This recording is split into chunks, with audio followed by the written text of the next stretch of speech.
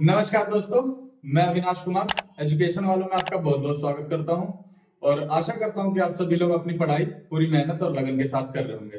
दोस्तों, आज मैं फिर हाजिर हूं बहुत सारे कंटेंट लेकर और आरपीएफ कांस्टेबल के जो एग्जाम चल रहे हैं उन एग्जामों से संबंधित बहुत सारे क्वेश्चन लेकर अपनी इस वीडियो में फिर से हाजिर हूं। ठीक है दोस्तों, अभी जो चल रहे हैं दोस्तों, आपको पता ही है आरपीएफ कांस्टेबल के एग्जाम चल रहे हैं और लगातार 2 तारीख से ये चल रहे हैं, कंटिन्यू चल रहे हैं। ठीक है, और आगे 20 तारीख तक के लगातार चलेंगे।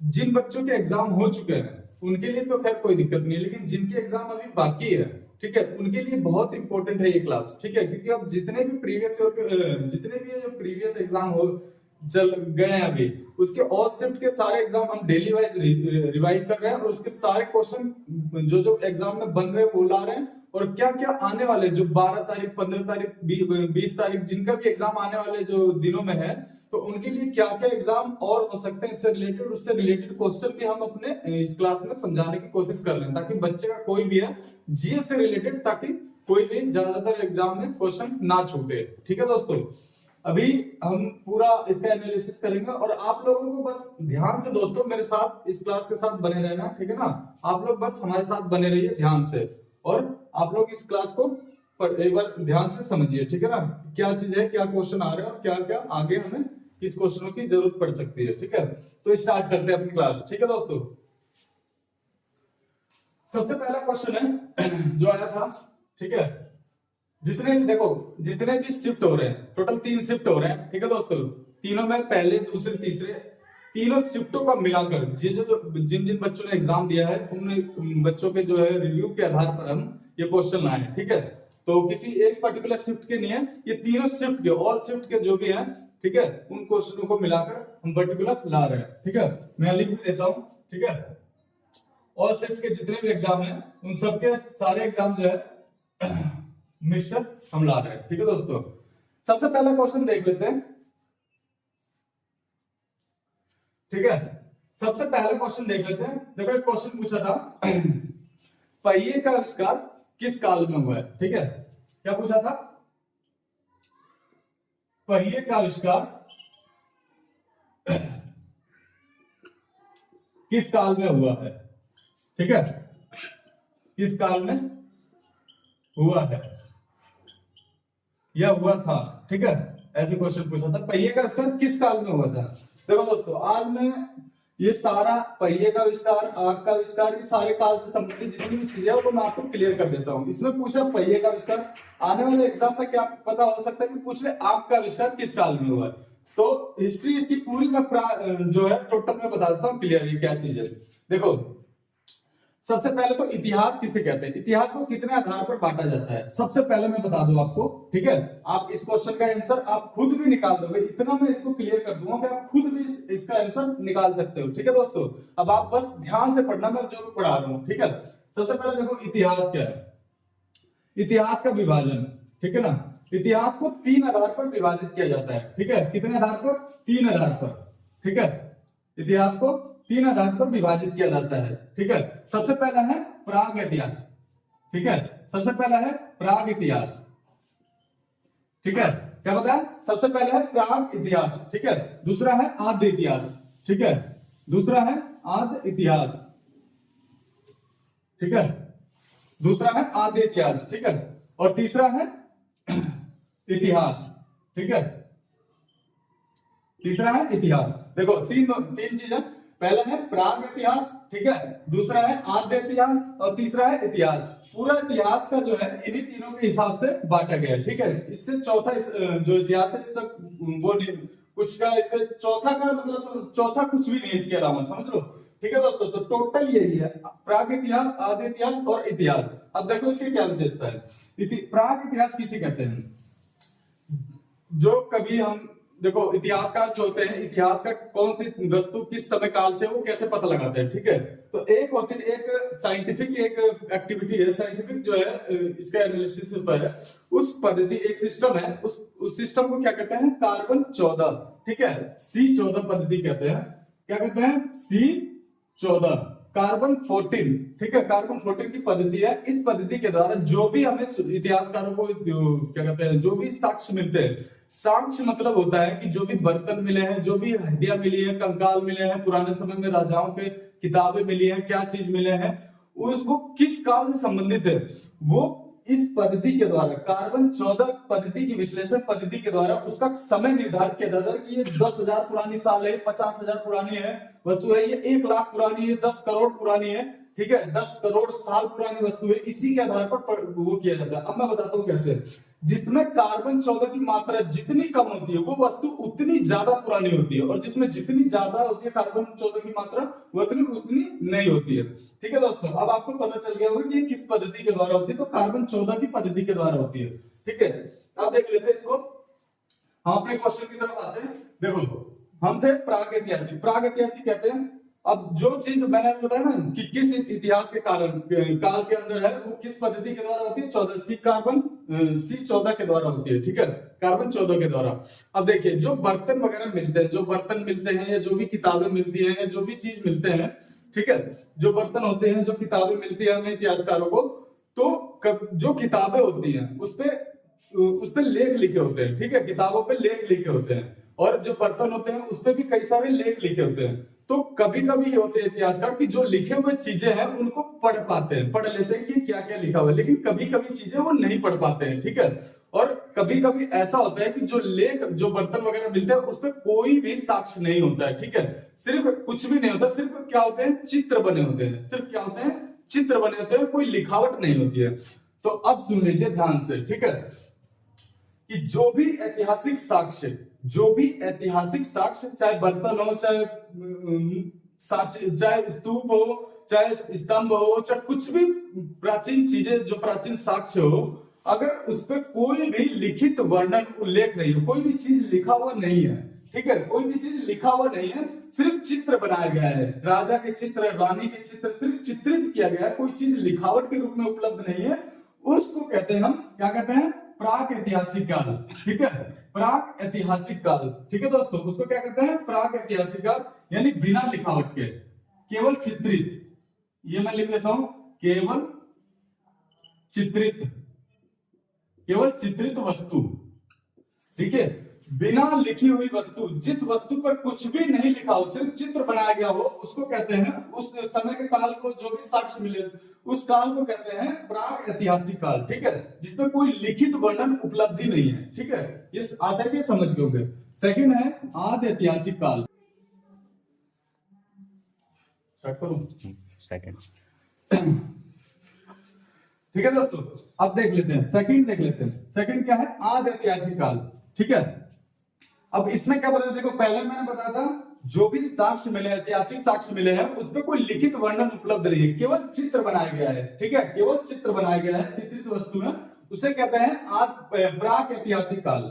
ठीक है, अब देखिए आदि ऐतिहासिक क्या कहते हैं, इसमें वो चीज होता है जिसपे लिखित वर्णन उपलब्ध है। ठीक है, इसमें जो भी मिट्टी के बर्तन मिले हैं, जो भी कंकाल मिले हैं, जो भी सुराही वगैरह, जो भी स्तंभ वगैरह मिले हैं, उसमें लिखा गया है, उस चीजों पे लिखा गया है। लेकिन क्या है, एक चीज ये है कि जो चीज लिखा गया है उसको पढ़ा नहीं गया है, पढ़ा ही नहीं जा सका है। ठीक है, तो ऐसे काल को जिसमें लिखित वर्णन तो उपलब्ध है लेकिन उसको पढ़ा नहीं गया है, आज तक नहीं पढ़ा गया है, उसको कहते हैं आदि ऐतिहासिक काल। जिसमें लिखित वर्णन उपलब्ध है परंतु, ठीक है, लिखित वर्णन, लिखित साक्ष्य, ठीक है, लिखित जो है, लिखित साक्ष्य उपलब्ध, ठीक है, परंतु पढ़े नहीं जा सके। ठीक है, परंतु पढ़े नहीं जा सके। ठीक है दोस्तों, इसमें क्या था, प्राक ऐतिहासिक काल में क्या था, कोई लिखित साक्षी नहीं था। ठीक है, कोई लिखित साक्षी नहीं था, उसमें केवल चित्र बनाया गया था। इसमें क्या है, लिखित साक्ष्य तो उपलब्ध है लेकिन वो क्या लिखा गया है, आदमी आज तक हम लोग जो है इतिहासकार पढ़ ही नहीं पाए। ठीक है, तो ऐसे काल में जिसमें लिखित साक्ष्य उपलब्ध तो है लेकिन उसमें क्या लिखा गया है ये पढ़ नहीं पाए, उनकी लिपि को क्या लिखा गया वो पढ़ नहीं पाए। जैसे सिंधु घाटी सभ्यता जो है वो इसी इतिहास काल में, आदि ऐतिहासिक काल में सिंधु घाटी सभ्यता में जो चीजें लिखी गई हैं, इतिहासकार आज तक उस चीज को पढ़ नहीं पाए कि उसमें क्या लिखा गया है। ठीक है दोस्तों, आशा की समझ गए होंगे। तो प्रागैतिहासिक काल हो गया, आदि ऐतिहासिक काल हो गया। अब देखते हैं इतिहास, जिसको हम पढ़ते हैं, ठीक है, हम जितने भी काल को पढ़ते हैं। इतिहास काल में क्या होता है, ऐसा काल जिसमें जो मिली हुई वस्तुएं, जो साक्ष्य में मिले हैं, और उस पे वो उसकी जो लिखित वर्ण साक्ष्य है, उस पे जो लिखित वर्णन है वो लिखा भी हुआ है, और उस साक्ष्य को क्या लिखा है वो हम लोग पढ़ भी पाए। तो जिसमें जो है लिखित वर्णन उपलब्ध भी है, और जो वर्णन लिखा गया है उसको जो इतिहासकार उसको पढ़ने में भी जो है सक्षम हो चुके हैं, उस काल को कहते हैं इतिहास कहते हैं। लिखित वर्णन उपलब्ध है, ठीक है, लिखित वर्णन जिसमें है उपलब्ध है, लिखित वर्णन उपलब्ध, ठीक है, और उसके बाद है उसको पढ़ने में सक्षम, ठीक है, पढ़ने में सक्षम है, ठीक है, पढ़ने में क्या है पढ़ने में सक्षम भी है, ठीक है। तो देखिए ये तीनों चीजों का मैंने बता दिया, प्रागैतिहासिक काल, आदिऐतिहासिक काल और इतिहास। पूरा अपना इतिहास है सिर्फ इन्हीं तीनों चीजों के आधार पर बांटा गया है, इन्हीं तीनों के आधार पर बांटा गया। इससे तीसरे से चौथा कोई भी चीज नहीं है, ठीक है दोस्तों, तीसरे से चौथा कोई भी चीज इतिहास के बारे में नहीं है। टोटल इतिहास इन्हीं तीनों चीजों के बारे में पता है। प्रागैतिहासिक काल ऐसा काल जिसमें जो साक्ष्य में मिले हैं उस पर कोई भी लिखित वर्णन उपलब्ध नहीं है, केवल चित्र बनाया गया है। दूसरा है लिखित वर्णन उपलब्ध तो है, लेकिन क्या लिखा है हम लोग आज तक नहीं पढ़ पाए हैं। और जो इतिहास है, जिसको हम लोग हिस्ट्री कहते हैं, इतिहास कहते हैं, उस पर क्या लिखा है, उसमें लिखित साक्ष्य उपलब्ध भी है, और क्या लिखा है वो लोग हम लोग पढ़ने में सक्षम भी है, उस चीज को हम लोग पढ़ भी पाए हैं, ठीक है दोस्तों। अब देख लेते हैं, ठीक है, अब देख लेते हैं, सीधा सीधा अपने क्वेश्चन की तरफ अब आ रहे हैं, ठीक है दोस्तों। अब शुरू से मैं एकदम डीपली से बता रहा हूं ताकि कोई भी एग्जाम में चीज आपको छूटे ना। आपको किताब उतारने की भी जरूरत नहीं है दोस्तों, कोई भी किताब हो, चाहे लूसेंट की हो, चाहे कोई भी चीज हो, आप लोग किसी भी किताब को जो है उठाने की जरूरत ही नहीं है, ठीक है दोस्तों। जो मैं पढ़ा रहा हूँ बस आप लोग मेरे साथ साथ पढ़िए, ठीक है, वादा करता हूँ आपसे, ठीक है, ये वादा है मेरा दोस्तों कि कोई भी एग्जाम जो है आप क्रैक, एक बार एग्जाम में बैठोगे तो इस चीज को आप भूलोगे नहीं, ठीक है, और एग्जाम क्रैक करके ही आओगे, ठीक है दोस्तों। अब देख लेते हैं क्वेश्चन की तरफ। इसमें क्या है, देखिए इतिहास के बारे में पढ़ लिया। अब देखिए जो है, अब इसमें क्या है, इतिहास के जो स्रोत है, जो साक्ष्य के आधार पर तो हमने पढ़ लिया, ठीक है, कि तीन होते हैं, प्रागैतिहासिक काल, आदिऐतिहासिक काल और क्या होता है, ऐतिहासिक काल, ठीक है। अब जो इसमें होते हैं काल के आधार पर हम देखते हैं, काल के आधार पर कितने जो है काल होते हैं। जो काल के आधार पर इतिहास को बांटने का जो काम हुआ है वो कितने आधार पर हुआ है, तो वो भी तीन आधार पर हुआ है। कितने आधार पर, तीन आधार पर, ठीक है। अब देख लेते हैं काल, ठीक है, काल के आधार पर जो है निर्धारण किया गया है। एक कहते हैं पुरापाषाण, ठीक है, पुरापाषाण, ठीक है, एक कहते हैं मध्यपाषाण, मध्यपाषाण, और दूसरा कहते हैं नवपाषाण, ठीक है, नवपाषाण। काल के आधार पर भी जो है तीन भागों में बांटा गया, कितने आधार पर, काल के आधार पर भी तीन भागों में बांटा गया है, ठीक है, और साक्ष्य के आधार पर भी तीन भागों में बांटा गया है। तो पुरापाषाण कितने से कितने काल को कहते हैं, ठीक है। देखो उसमें जो अभी हमने पहले पढ़ा था, उसमें जो बर्तन मिले हैं, जो साक्ष्य मिले हैं, उसके आधार पर इतिहास को बांटा गया है। अब इतिहास को वस्तु के आधार पर तो हमने बांट लिया, लेकिन किस वस्तु को कितने समय के बीच में रखना है उसको भी निर्धारण किया गया है कि ये वस्तु 5000 साल पहले की है, और यह वस्तु 10 लाख साल पहले की है, ये वस्तु 10 करोड़ साल पहले की है, या फिर कोई वस्तु जो है 5 साल पहले की है, तो उसको किस काल में रखना है, इसको भी टोटल जो है तीन काल में डिवाइड किया गया है, पुरापाषाण, मध्यपाषाण और नवपाषाण। अब देख लेते हैं कितने से कितने समय के बीच में इनका काल होता है, तो मैं बता देता हूँ। देखो आप लोग को दोस्तों इतना पता होगा कि ईस्वी किसे कहते हैं और ईसा पूर्व किसे कहते हैं, ठीक है, इतना पता अगर नहीं भी होगा तो मैं बता देता हूँ। जो ईसा मसीह है, ठीक है, ईसा मसीह है, सन उनका जन्म हुआ था 25 दिसंबर सन पहली ईस्वी में उनका जन्म हुआ था। जो क्रिसमस डे हम लोग मनाते हैं ना, वहीं से हमारे सन की शुरुआत हुई है, ग्रेगोरियन कैलेंडर जो है वहां से सन की शुरुआत हुई है। तो उससे पहले ईसा मसीह के जन्म से पहले जितना भी होता है उसको हम ईसा पूर्व कहते हैं, और ईसा मसीह के बाद जितना भी होता है समय उसको हम ईस्वी कहते हैं, ठीक है दोस्तों, एनो डोमिनी कहते हैं, एडी के नाम से कहते हैं। अब देखिए जो पुरापाषाण समय है, पुरापाषाण जो काल है, इसका समय जो है कितना है, 20 लाख, कितना है, 20 लाख साल पहले। आज से देख लो दोस्तों, 20 लाख साल पहले, ठीक है, 20 लाख साल से लेकर कितना, 12,000 तक, ठीक है, 20 लाख साल से लेकर 12,000 साल तक के काल को, ठीक है, 20 लाख साल पहले से लेकर 12,000 तक के काल को, इतने काल को क्या कहते हैं, पूरा पाषाण कहते हैं। ठीक है दोस्तों, क्या कहते हैं, पूरा पाषाण काल कहते हैं। जो आपने सुना होगा डायनासोर वगैरह जो थे पहले, तो इसी सब काल में, इसी पूरा पाषाण काल में है, बहुत पहले के। ठीक है दोस्तों, ये 20 लाख साल से 12,000 तक के जितना इस टोटल काल को कहते हैं, ईसा पूर्व भी लगा देता हूं, ठीक है ना, ईसा पूर्व। ठीक है, अभी मैंने बताया था ईसा पूर्व और ईस्वी किसे कहते हैं। ठीक है दोस्तों, आप लोग ये ध्यान रखें। ठीक है दोस्तों, अब उसके बाद देखते हैं मध्य पाषाण काल किसे कहते हैं। ठीक है, अब हमने पढ़ लिया 20 लाख से 20 लाख से 12,000 साल तक के काल को पूरा पाषाण कहते हैं। ठीक है, और 12,000 से लेकर कितने, 12,000 से लेकर 10,000, ठीक है, 12,000 से लेकर 10,000 तक के काल को, ईसा पूर्व के काल को क्या कहते हैं, मध्य पाषाण कहते हैं। इसमें सिर्फ 2,000 साल का जो है गैप है, तो इसमें ज्यादा कुछ घटनाएं ऐसी हमें देखने को मिलती नहीं, लेकिन 20 लाख से 12,000 तक के साल को काफी लंबा समय, बहुत ज्यादा। तो इसमें बहुत सारी ऐसी घटनाएं हुई है, जो आदि मानव है, जो होमोसेपियंस, जो हमारा जन्म हुआ आदि मानव का, सारी जो प्रक्रियाएं हुई है, आदि मानव से मानव बनने की प्रक्रियाएं, हमारा दिमाग विकास होने की प्रक्रियाएं, वो सारे इसी काल में हुए, पूरा पाषाण काल में। ठीक है, सारे जो है पूरा पाषाण काल में हुआ है। ठीक है दोस्तों, ठीक है, उसके बाद है देखिए मध्य पाषाण काल में 2000 है, तो इसमें ज्यादा समय है नहीं, इस काल में ज्यादा समय दिया नहीं गया इतिहासकारों के द्वारा, तो इसमें ज्यादा कुछ ऐसी परिवर्तनीय घटनाएं नहीं होती। हाँ, पर्यावरणीय परिवर्तनीय घटनाएं कुछ इसमें देखने को हमें मिलती है, लेकिन मानव से संबंधित कुछ ऐसी घटनाएं नहीं मिलती है। उसके बाद देखिए सबसे जो नया काल है उसे कहते हैं नवपाषाण काल। ठीक है, उसे कहते हैं नवपाषाण काल। अब देख लीजिए, नवपाषाण काल कहते हैं, इसका काल जो है ये तो 12,000 से 10,000 तक था। अब 10,000 के बाद, ठीक है, 10,000 के बाद जो भी काल है उसको कहते हैं नवपाषाण काल। 10,000 के बाद जो काल है उसको कहते हैं नवपाषाण काल। ठीक है, 10,000 के बाद का काल नवपाषाण काल। अब देखिए, अब ध्यान से सुनिए अपने क्वेश्चन का। आप देखिए, आप खुद ही जो हमारा पहिए का आविष्कार था, ठीक है, अब इनके काल के बारे में भी आपको पता चल गया। अब किसी भी काल के बारे में आप अगर समय भी पूछ लेगा तो आप लोग बता देंगे। तो पूरा पाषाण काल का जो समय है 20 लाख साल पहले से लेकर 12,000 साल पहले तक। ठीक है दोस्तों, और मध्य पाषाण काल का समय है 12,000 से लेकर 10,000 तक, और नवपाषाण का काल है 10,000 के बाद का समय जो है वो नवपाषाण के काल का समय। तो आशा है कि ये चीज आप लोग समझ गए होंगे। अब जो आग का आविष्कार है, ठीक है, सॉरी, हाँ, ये पूछा क्वेश्चन पहिए का आविष्कार किस काल में हुआ है, तो मैं बताता हूँ। इससे पहले देखो, पहिए का आविष्कार से पहले आग का आविष्कार हुआ है, और आग का आविष्कार किस काल में हुआ है, वो हुआ है पूरा पाषाण काल में। ठीक है, पूरा पाषाण काल में हुआ है आग का आविष्कार। ठीक है दोस्तों, आग का आविष्कार पूरा पाषाण काल में हुआ।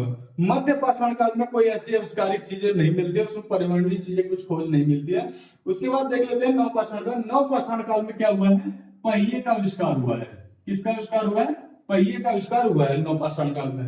तो अब देखिए, सीधा सीधा आप लोग क्वेश्चन पे आ गए। ठीक है, हमारा क्वेश्चन क्या पूछा था कि पहिए का आविष्कार किस काल में हुआ है, तो मैंने डीपली से शुरू से लेकर एंड तक, मैं चाहता था दोस्तों सिंपल इसका आंसर देके मैं अपनी क्लास खत्म कर सकता था, लेकिन मैं ये चाहता हूं कि जो भी क्वेश्चन से रिलेटेड क्वेश्चन आए और जो भी एग्जाम में बन सकते हैं, जो आरपीएफ की 15 तारीख, 16 तारीख, 18 तारीख, 20 तारीख जो भी एग्जाम में आने वाले हैं, उनमें जो जो क्वेश्चन बन सकते हैं वो क्वेश्चन भी इससे जो है वो क्वेश्चन भी आपसे छूटे ना। ठीक है दोस्तों, तो कहीं ना कहीं से रिलेटेड हो। ठीक है, तो अब देख लीजिए, अब इसमें यही चीज पूछा है कि पहिए का आविष्कार किस काल में हुआ है, तो आप लोग बता देंगे कि नवपाषाण काल में। जो नवपाषाण काल है उसमें है पहिए का आविष्कार हुआ है। किस काल में, नवपाषाण काल में। ठीक है, नवपाषाण काल में पहिए का आविष्कार हुआ है।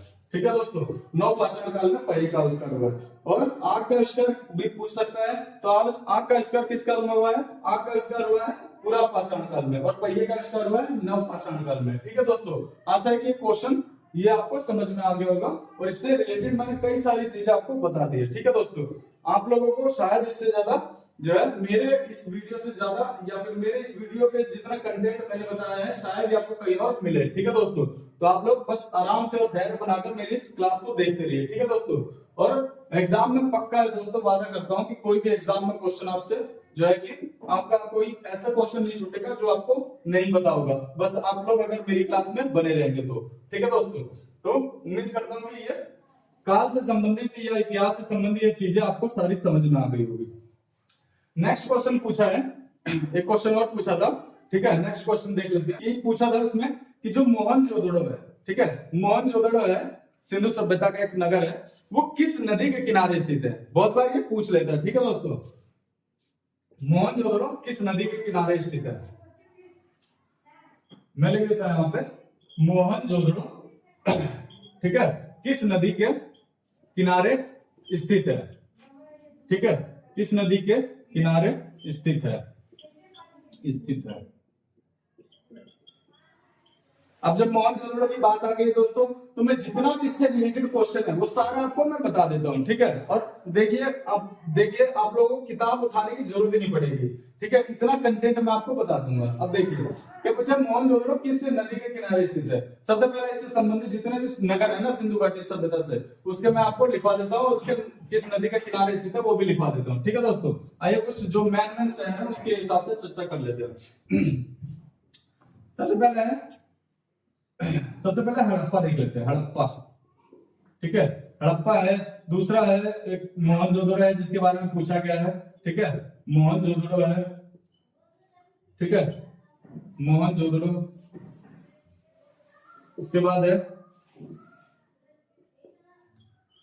ये है मोहनजोदड़ो है। उसके बाद है चनोदड़ो है, ठीक है, उसके बाद है चनोदड़ो है, ठीक है, उसके बाद है एक है, ये हो गया हड़प्पा हो गया, मोहनजोदड़ो हो गया, चनोदड़ो हो गया। एक है क्या है, एक है लोथल है, लोथल एक शहर है, ठीक है दोस्तों, गुजरात में है, लोथल है, ठीक है। उसके बाद है एक है हड़प्पा, मोहनजोदड़ो, चनोदड़ो, लोथल। एक है सुतकागडोर, ठीक है, एक है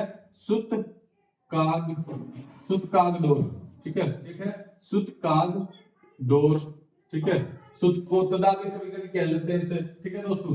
एक है हड़प्पा हो गया, मोहनजोदड़ो हो गया, चनोदड़ो हो गया, लोथल हो गया, सुतकागडोर हो गया। एक है कालीबंगन है, ठीक है दोस्तों, ये राजस्थान में है, कालीबंगन, ठीक है। कालीबंगन का अर्थ क्या होता है दोस्तों, कालीबंगन का मतलब है कालीबंगन का मतलब है चूड़ियां, काली चूड़ियां, जो आग में पकी हुई चूड़ियां होती है, लाख की चूड़ियां होती हैं, उन्हें कहते हैं कालीबंगन, ठीक है दोस्तों। एक होता है, एक और देख लेते हैं। एक है कितना हो गया, हड़प्पा हो गया, मोहनजोदड़ो हो गया, चनोदड़ो हो गया, लोथल हो गया, सुतकागडोर हो गया, कालीबंगन हो गया, ठीक है। एक और हो गया अपने उत्तर प्रदेश का है आलमगीरपुर, ठीक है, क्या है आलमगीरपुर, ठीक है, आलमगीरपुर, ठीक है। अब देख लेते हैं किस किस नदी के किनारे बसे हैं, ठीक है। तो सबसे पहले देखिए हड़प्पा, हड़प्पा जो है रावी नदी के किनारे बसा हुआ है, ठीक है, हड़प्पा जो है रावी नदी के किनारे बसा हुआ है। और कभी कभी पूछ लेता है कि सबसे पहला खोजा गया स्थल कौन सा है, तो सबसे पहला हड़प्पा सभ्यता में खोजा गया जो स्थल भी यही है, ठीक है, हड़प्पा सभ्यता में। इसको कब खोजा गया था, इसको सन 1921 में, ठीक है, सन 1921 में इसकी खुदाई हुई थी। और किसने की थी, तो राय बहादुर, किसने, राय बहादुर दयाराम, राय बहादुर, ठीक है, राय बहादुर दयाराम साहनी ने, ठीक है, साहनी ने, किसने, राय बहादुर दयाराम साहनी, राय बहादुर दयाराम साहनी ने 1921 में सबसे पहला खोजे जाने वाला जो है शहर कौन सा, हड़प्पा है, जो रावी नदी के किनारे खोजा गया था। मोहनजोदड़ो देखते हैं। अब यही पूछा क्वेश्चन है, मोहनजोदड़ो किस नदी के किनारे स्थित है, तो ये देख लीजिए, मोहनजोदड़ो जो है दोस्तों ये सिंधु नदी के किनारे स्थित है, ठीक है।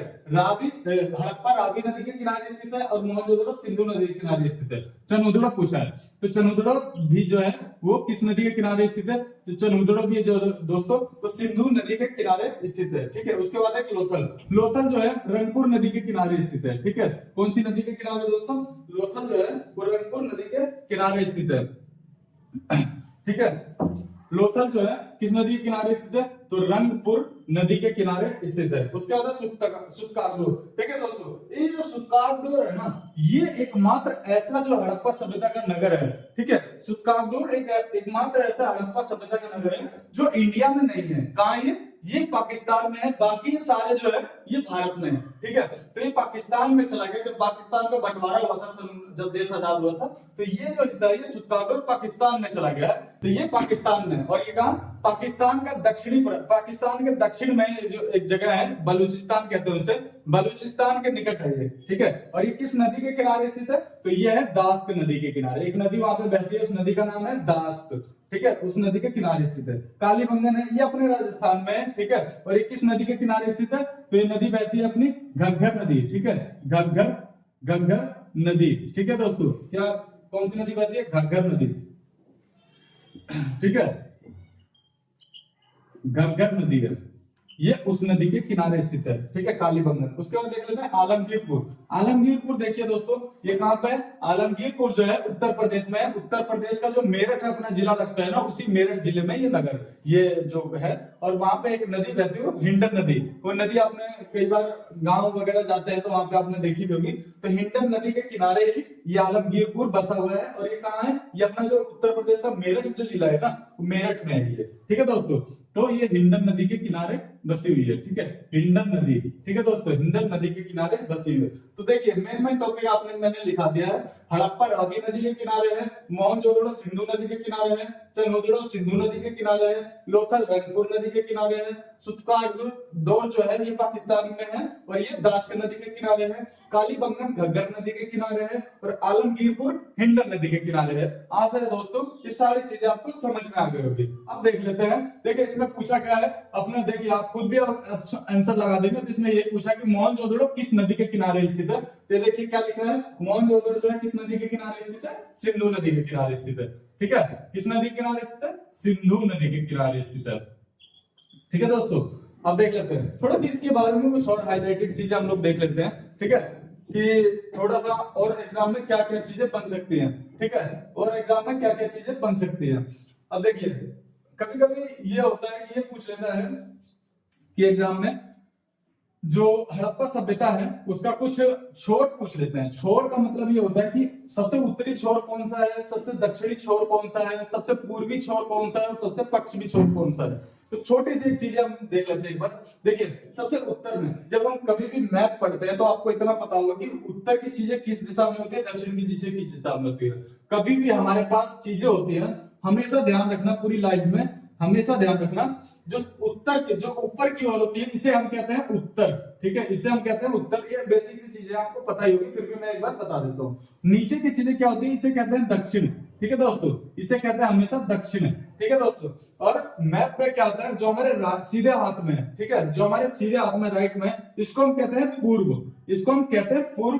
और हमारे जो बाएं हाथ की तरफ होता है इसको हम क्या कहते हैं, इसको हम कहते हैं पश्चिम, ठीक है दोस्तों, इसको हम क्या कहते हैं, पश्चिम कहते हैं। तो आशा ही आपको लोगों को समझ में आ गया। जो ऊपर की तरफ होता है उसे उत्तर कहते हैं, जो हमारे दाएं हाथ की तरफ होता है, राइट हैंड की तरफ होता है उसे पूर्व कहते हैं, जो नीचे की तरफ होता है उसे हम दक्षिण कहते हैं, और जो हमारे बाएं हाथ की तरफ होता है, लेफ्ट हैंड की तरफ होता है, उसे हम पश्चिम कहते हैं। अब देखिए जो है इसमें कभी कभी ये पूछ लेता है कि जो हड़प्पा सभ्यता है, मोहनजोदड़ो जो सिंधु सभ्यता है, वो उसका सबसे उत्तरी छोर कौन सा है। तो सबसे उत्तरी छोर जो उत्तर में है उसके बाद जो है वो खत्म हो जाती है। तो सबसे उत्तर में कौन सा है, एक नगर है उसका, क्या नगर का नाम है, उसका नगर का नाम है मादा, ठीक है, क्या नाम है, मादा। और ये मादा किस राज्य में, तो उत्तर में आपको पता है, कभी भी आप भारत का मैप देखोगे तो सबसे उत्तर में जम्मू कश्मीर है, ठीक है दोस्तों, उसके बाद जो है अदर कंट्री लग जाती है। तो सबसे उत्तर में मादा जो है जिला है, मादा जो है उसका नगर है वो जम्मू कश्मीर में है, ठीक है, जम्मू एंड कश्मीर यहाँ पर है, ठीक है, ठीक है, उत्तर की चीजें हमें पता चल गई। अब सबसे दक्षिण की देख लेते हैं। सबसे दक्षिण में जो सिंधु सभ्यता जो है वो कहां होता है, जो महाराष्ट्र जिला है अपना, महाराष्ट्र जो राज्य है वहां का एक जिला है अहमदनगर। उस अहमदनगर में एक जगह है, उस जगह का क्या नाम है, उस जगह का नाम है दाइमाबाद, ठीक है, क्या नाम है, दाइमाबाद, ठीक है, दाइमाबाद। ये है सबसे दक्षिणतम जिला। सबसे उत्तर में क्या है, मादा, सबसे दक्षिण में क्या है, दाइमाबाद, और सबसे पूरब में क्या होता है, सबसे पूरब में देख लेते हैं। तो सबसे पूरब में मैंने बताया था ना अभी कि आलमगीरपुर हिंडन नदी के किनारे स्थित है, अपना मेरठ जो जिला है वहां पे। तो सबसे पूरब में क्या है, आलमगीरपुर है, ठीक है, सबसे पूरब में क्या है, आलमगीरपुर, आलमगीरपुर, ठीक है, आलमगीरपुर। और ये किस नदी के किनारे स्थित है, ये हिंडन नदी के किनारे स्थित है, अभी आपको बताया है हमने, ठीक है। उसके बाद देखिए उत्तर में सबसे उत्तर में है मादा, सबसे दक्षिण में है दाइमाबाद, सबसे पूर्वी जो इसका छोर है वहां है आलमगीरपुर, और सबसे दक्षिण में है उसका भी जिक्र हमने किया था, उसको कहते हैं सुतकागडोर, ठीक है, उसको क्या कहते हैं, सुतकागडोर, ठीक है, सुतकागडोर, डोर, सुतकोतदा भी कभी कभी कहते हैं। तो सुतकादोर ये पश्चिम में है, और पश्चिम में कहां पे? पाकिस्तान में, ठीक है। एकमात्र यही एक ऐसा छोर है जो पाकिस्तान में चला गया है, बाकी ये सारे भारत में है, ठीक है। और ये दास्क नदी के किनारे स्थित है, ठीक है। तो देखिए दोस्तों, आपको समझ में आ गया, पूरब, पश्चिम, उत्तर, दक्षिण, ये चारों आपको ध्यान रखना होगा, ठीक है। तो सबसे पूरब, देखिए आप एक बार और मैं रिवाइज करवा देता हूँ। सबसे पूरब में है अपना मेरठ जिला, और वहां पे पूरब में है आलमगीरपुर, पश्चिम में है सुतकादोर, सॉरी, इसके आगे ना पाकिस्तान लिख दे और गोला मार दियो, ठीक है, अभी लिख दे। ठीक है दोस्तों। ये है, मैं लिख देता हूं पाकिस्तान, पाकिस्तान, ठीक है, यहां लिख देता हूं। अब देख लीजिए, एक बार और रिवाइज कर लेते हैं। आलमगीरपुर, पूर्व में है आलमगीरपुर, पश्चिम में सुतकांदोर, उत्तर में है मादा, और दक्षिण में है दाइमाबाद। क्या? पूर्व में है पूर्व, पश्चिम, उत्तर, दक्षिण। पूर्व में है आलमगीरपुर, पश्चिम में है सुतकांदोर, उत्तर में है मादा, और दक्षिण में है दाइमाबाद। आशा है कि समझ गए होंगे। आप मेरे वीडियो को एक दो बार, दो चार बार रिवाइज करेंगे तो आपको सारी चीजें समझ में आ गई होगी, ठीक है दोस्तों। तो मुझे ऐसा लगता है कि जहां तक कि एग्जाम में जो है कि मोहनजोदड़ो से या फिर हड़प्पा सभ्यता से जो जगहों से संबंधित अगर कुछ भी क्वेश्चन आया तो शायद ही कोई एग्जाम में छूटेगा, ठीक है दोस्तों। इसमें कुछ ऐसी चीजें होती हैं जो इसमें कोई वैसी कोई खास चीजें है नहीं, बाकी इसके अलावा, और कुछ इसकी लिपि के बारे में पूछी जाती है, ठीक है। तो कभी कभी पूछ लेता है इसकी लिपि कैसी है। तो देखिए, ये मैंने बताया था, ये हड़प्पा सभ्यता है, और ये किस इतिहास से संबंधित है। इसमें जो लिखा गया है चीजें है ना, ये हम लोग पढ़ नहीं पाए, ये इतिहासकार आज तक पढ़ ही नहीं पाए कि लिखा क्या गया है। लेकिन एक चीज है, इसमें कुछ चीजें लिखी गई हैं, लेकिन वो पढ़ी नहीं जा सकी है। तो जिस काल में चीजें लिखी तो गई है लेकिन पढ़ी नहीं जा सकी है, तो उसको क्या हमने बताया था? उसको हमने बताया था आदि ऐतिहासिक काल, ठीक है। आपको याद होगा, अभी पिछले क्वेश्चन में हमने उसका जिक्र किया था। तो ये जो सभ्यता है, ये उसी काल से, कौन से? आदि ऐतिहासिक काल से संबंधित है। इसमें चीजें लिखी तो गई हैं, लेकिन आज तक हमारे साइंटिस्ट या वैज्ञानिक इसको पढ़ नहीं पाए कि लिखी क्या गई है, ठीक है। और इसकी लिखी कैसी है? हम लोग कैसे लिखते हैं दोस्तों? हम लोग सामान्य भाषा में लिखेंगे कैसे? ऐसे लिखेंगे, अपने बाएं हाथ से दाएं की तरफ लिखेंगे, ठीक है। लेकिन इसमें क्या लिखा गया है? इसमें दाएं से बाएं की तरफ, उल्टा ऐसे लिखा गया है, जैसे उर्दू लिखते हैं ना, दाएं से बाएं हाथ की तरफ लिखा गया है, ठीक है। और इसमें क्या है, अगर एक लाइन से पंक्ति, अगर जैसे एक लाइन की पंक्ति है तो फिर दाएं से बाएं लिख देंगे, ठीक है। लेकिन एक से ज्यादा पंक्ति है तो पहली पंक्ति तो दाएं से बाएं लिखेंगे, और दूसरी पंक्ति बाएं से दाएं लिखेंगे, फिर तीसरी पंक्ति दाएं से बाएं लिखेंगे, फिर चौथी पंक्ति बाएं से दाएं लिखेंगे। ऐसे लिखी गई है, लेकिन लिखा क्या गया है ये नहीं पढ़ पाए, ठीक है दोस्तों, ठीक है। आज तक हमारे साइंटिस्ट ये पढ़ ही नहीं पाए कि इसमें लिखा क्या गया है। तो आशा है कि ऐसी समझ में आ गई होगी आपको, ठीक है। इससे रिलेटेड और भी कुछ क्वेश्चन अगर आपको पूछना है तो आप लोग कमेंट एक बार कर दीजिए। अच्छा, आप लोगों के लिए मैं कमेंट में एक क्वेश्चन छोड़ दूं। आप लोगों को मेरे को बताना है दोस्तों कि जो धौलावीरा है, ठीक है, धौलावीरा है, नाम सुना होगा आपने, ये भी इसका बहुत इंपॉर्टेंट शहर है, ठीक है। धौलावीरा है वो भारत के किस राज्य में स्थित है, ठीक है। आप लोग कमेंट में एक बार मेरे को बता दीजिए, ठीक है। आप लोगों के लिए क्वेश्चन है, ठीक है। हो सकता है कि आने वाले आपके कांस्टेबल एग्जाम में ये आ सके, 15 तारीख या 16 तारीख जो भी एग्जाम हो रहा है उस तारीख को ये आ सके। आपको बताना है जो धौलावीरा है, कौन सा? जो धौलावीरा है, ठीक है, ये भारत के किस राज्य में स्थित है, ठीक है। भारत के किस राज्य में स्थित है, ठीक है दोस्तों। आप लोगों को इसका आंसर देना है। धौलावीरा जो है भारत के किस राज्य में स्थित है। आप लोगों को ये मैंने बता दिया कि भारत में ही है, बस आपको ये बताना है कि किस राज्य में स्थित है। अब देखते हैं नेक्स्ट क्वेश्चन क्या पूछा है आपके कांस्टेबल में। क्वेश्चन पूछा है कि, ठीक है, आपके क्वेश्चन में क्वेश्चन पूछा है कि जो संविधान है अपना, उसमें किस भाग को मैग्ना कार्टा कहा जाता है, ठीक है। संविधान के किस भाग को मैग्ना कार्टा कहा जाता है। संविधान के किस भाग को, ठीक है, किस भाग को मैग्ना कार्टा कहा जाता है। मैग्ना कार्टा कहा जाता है, ठीक है।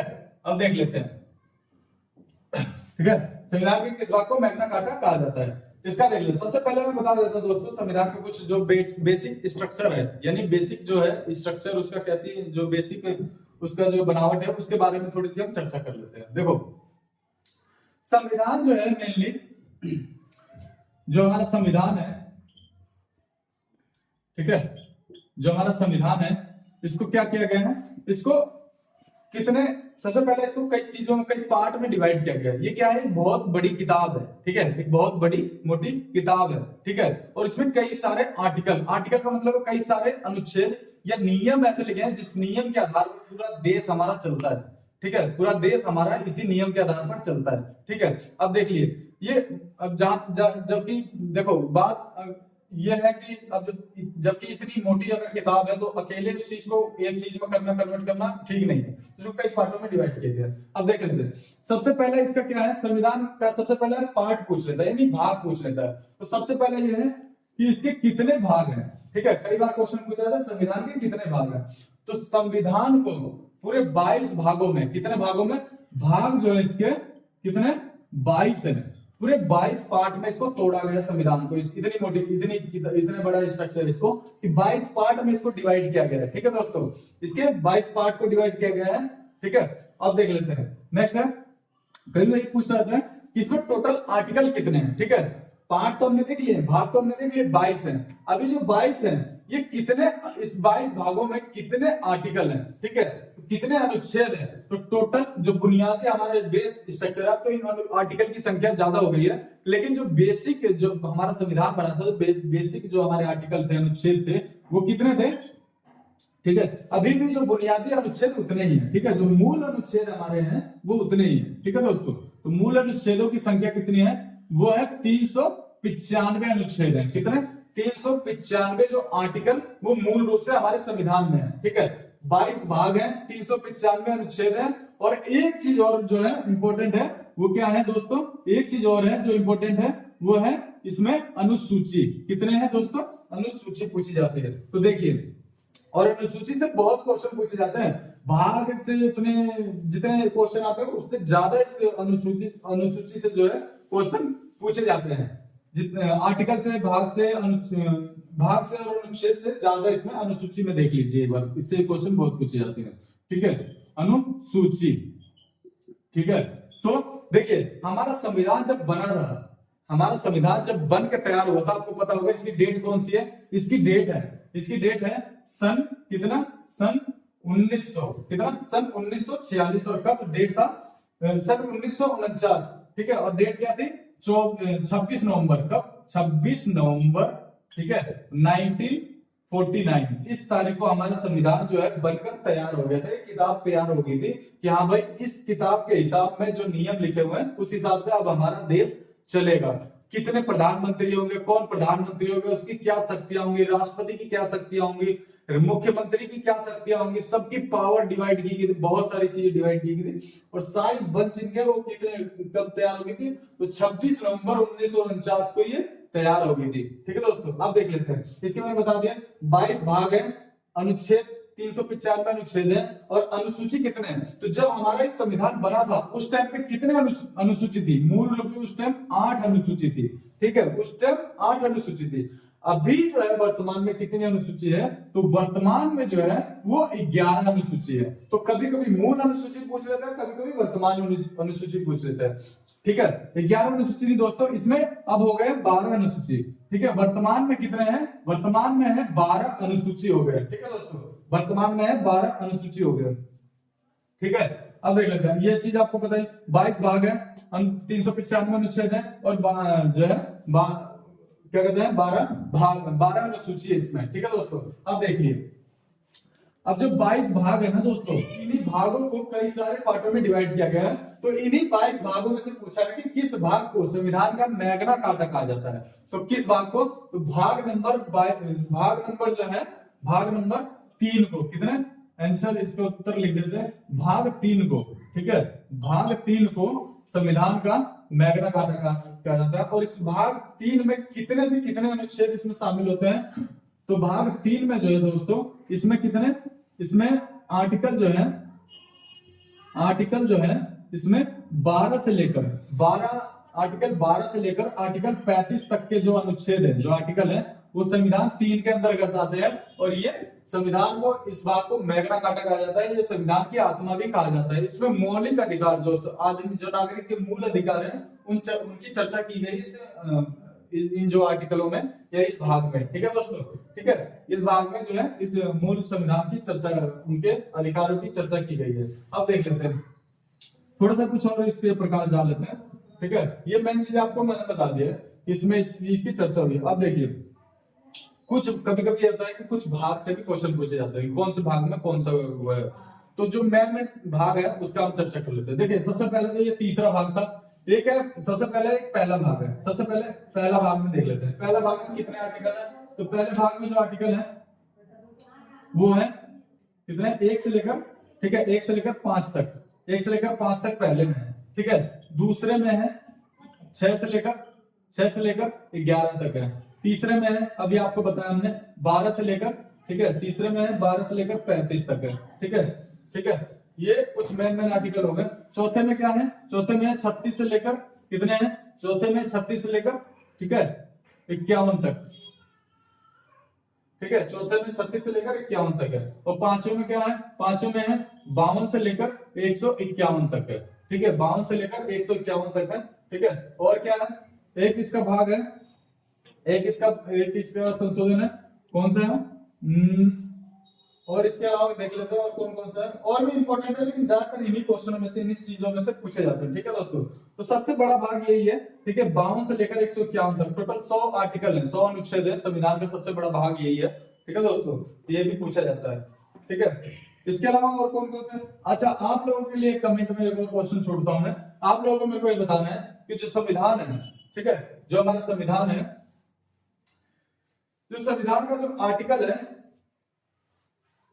आर्टिकल नंबर 15, ठीक है, संविधान का आर्टिकल नंबर 15, अनुच्छेद 15, अनुच्छेद 15, ठीक है, इसमें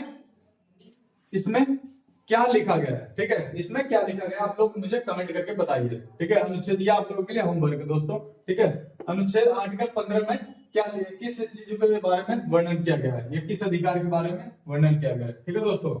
और आप लोगों को आशा है कि ये क्वेश्चन भी समझ में आ गया होगा, ठीक है। और ये चीज हमने फाइनली इसको कर दिया, ठीक है। डेली बेस पर हम लोग इसका आरपीएफ कांस्टेबल का जो एग्जाम चल रहे हैं उसका रिव्यू कर रहे हैं, ठीक है। और रिव्यू के बेस पर जो जो क्वेश्चन बन रहे हैं बच्चों से, जो पूछने के आधार पर जो बच्चों ने क्वेश्चन बताया कि ये क्वेश्चन आएगा, उसके आधार पर सारा डाटा एनालिसिस करके वो चीज हम अपनी क्लास में ला रहे हैं, ठीक है। और उसके अलावा भी जो हमें ये लगता है कि ये क्वेश्चन में एग्जाम में बन सकते हैं, आने वाले जो एग्जाम है, ठीक है, आने वाले जिन तारीखों पे, दो दिन में, 4 दिन में, 5 दिन में, 15 दिन में, जो भी एग्जाम आने वाले हैं उनमें क्या क्या क्वेश्चन बन सकते हैं वो भी ला रहे हैं, ठीक है दोस्तों।